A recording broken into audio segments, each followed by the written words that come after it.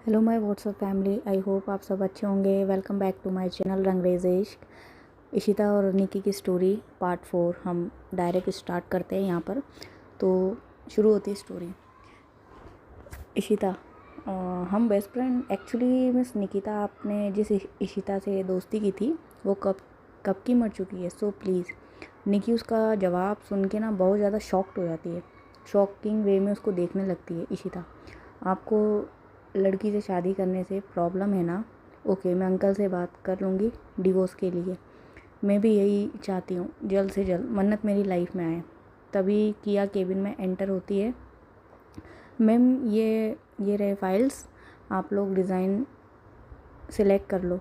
Ishita, now you गो।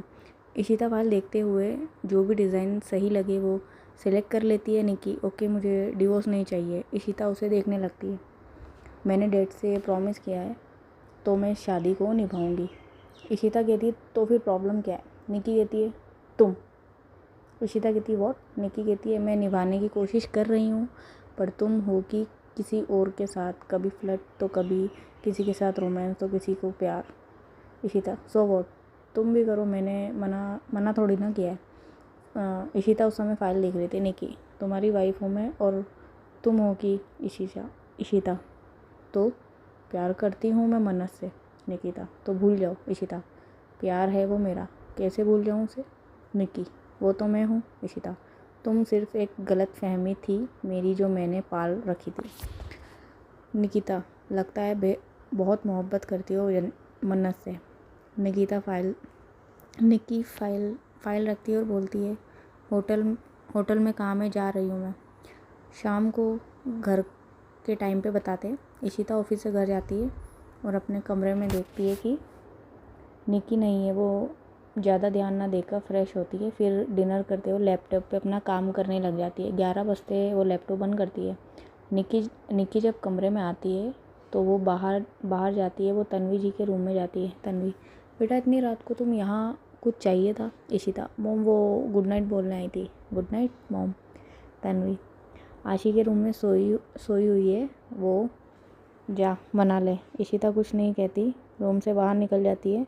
तन्वी जी मुस्कुरा देती है। इशिता आशी के कमरे में जाने लगती है तो कमरे से निक्की बाहर निकलती है। निक्की बिना उसे देखे नीचे जाने लगती है। इशिता भी उसके पीछे पीछे जाने लगती है। निक्की किचन में फ्रिज से पानी की बोतल निकाल कर पानी पीती है। इशिता, बुरा लगा क्या तुम्हें निक्कू? निकिता जो पानी पी रही थी वो रुक जाती है। इशिता के मुंह से निक्कू सुन के उसे बहुत ज़्यादा अच्छा और सुकून मिल रहा था। कितने सालों बाद इशिता ने उसे निक्कू कहा था। निकी, मुझे बुरा क्यों लगेगा, आखिर तुम मेरी कुछ नहीं लगती। इशिता कहती है खुद से, नो इशिता नो, इतनी जल्दी नहीं। अगर तूने इसे मनाया तो इसे लगेगा कि मेरे दिल में इसके लिए प्यार है। तू यहाँ नहीं पिघल सकती। अपने आप से बात करती है इशिता कहती है okay now I am going to sleep. Ishita वहाँ से अपने कमरे में चली जाती है। निक्की जो बस एक टक इशिता को जाते देख रही थी। निक्की खुद से, इशिता तुम इतना कैसे बदल गई? नहीं, तुम मेरी वाली इशिता नहीं हो सकती। वो आशी के रूम में सोने चली जाती है। सुबह में जब सब लोग नाश्ता कर रहे थे सिवाय इशिता के, क्योंकि वो सुबह ही ऑफिस निकल गई थी बहुत अर्ली उठ के। निक्की भी अपने होटल के लिए निकल जाती है। ऐसे ही दोनों एक दूसरे से बात नहीं करते और ऐसे ही दिन बीत जाता है। शाम को रिसेप्शन पार्टी था, वो भी मित्तल विला के गार्डन में। सारे गेस्ट आ रहे थे। इशिता आ चुकी थी और मन्नत से बात कर रही थी। मन्नत, you looking hot baby, I am addict for you, I want you so much. Ishita, control मन्नत, एक झलक आप। इशिता, कंट्रोल मन्नत, ऐसे बोलती है और अपने मुंह पे हाथ रख के हंसने लग जाती है। एक्चुअली इशिता को ना बचपन से ही जीन्स शर्ट ब्लेज़र पहनना पसंद है। मतलब लड़कियों जैसे रहना उसको बिल्कुल भी पसंद नहीं है। इसलिए मैं आपको बता दूं कि इशिता हमेशा पैंट शर्ट फॉर्मल्स में ही रहती है। वहाँ पर इशिता की जैसे ही एंट्री होती है सब लोग उसी देखते हैं। तभी निक्की की एंट्री होती है, उसको देखते ही इशिता के चेहरे पर एक बहुत बड़ी स्माइल आ जाती है। फिर उसके बगल में खड़ी लड़की को देखती है जिसका हाथ निक्की के कमर पे था एक साइड ये लड़की और दूसरे साइड आशी थी। बीच में निकिता थी। ये लोग स्टेज पे जा ही रहे थे कि आशी से कोई टकराता है और उसके ड्रेस पे जूस गिर जाता है। निकी, आ रही हो क्या आशी? उसके ड्रेस को साफ करते हुए, ये क्या मस्ती शक्ति। शक्ति जो है ना वो निक्की की सिस्टर है, तो वो कहती है ऐसा कोई करता है क्या? शक्ति, सॉरी दी। निक्की, आशी को अंदर ले जाओ, इसकी ड्रेस साफ करने में हेल्प कर देना। आशी, कोई बात नहीं भाभी। निक्की, शक्ति लेके जाओ उसे। शक्ति आशी को घर के अंदर लेके जाती है। निक्की अर्णव जी के पास जाती है। अर्णव जी उसके बगल में खड़ी लड़की को देखते हैं। अर्णव जी, सिया बेटा तुम लंदन से कब आई? सिया, 2 दिन पहले ही अंकल आई थी, पता चला कि मेरी लिटिल कैट की शादी हो गई है तो मैं मिलने आ गई। अर्णव जी, अच्छा किया, बचपन में ये कहा करती थी कि शादी करूँगी तो सिर्फ सिया से। सिया, हाँ अगर मैं 2 दिन पहले आ जाती ना तो ये मेरी होती। ये कह के उसने निक्की के कमर को दबाया था, हल्का सा प्रेस करा था। वहीं कुछ दूरी पे खड़ी ईशिता ये सब देख रही थी और सुन भी रही थी। तभी वहाँ पर एक गाना बजता है और सिया निक्की के कमर पे हाथ रख के और उसका एक हाथ में लेकर कपल डांस कर रही थी। जस्ट साइड में ही ईशिता मन्नत के साथ डांस कर रही थी।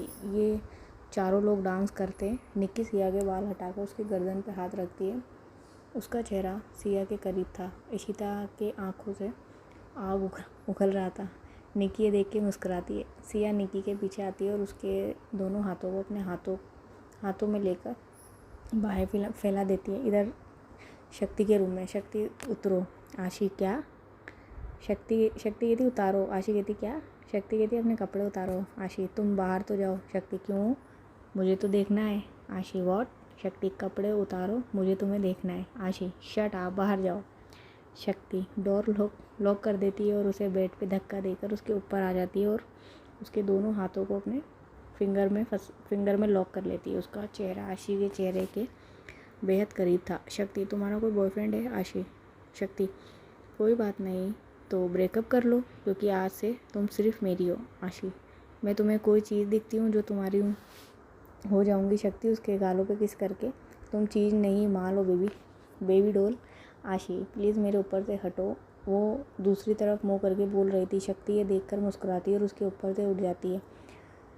आशी कपड़े उठाकर तुरंत वॉशरूम में भाग जाती है। शक्ति ये देख के हल्का सा मुस्कुराती है। सो गाइस, ये निकिता और ईशिता की स्टोरी का पार्ट 4 था। आई होप आप इसको लाइक करोगे, शेयर करोगे और कमेंट करोगे।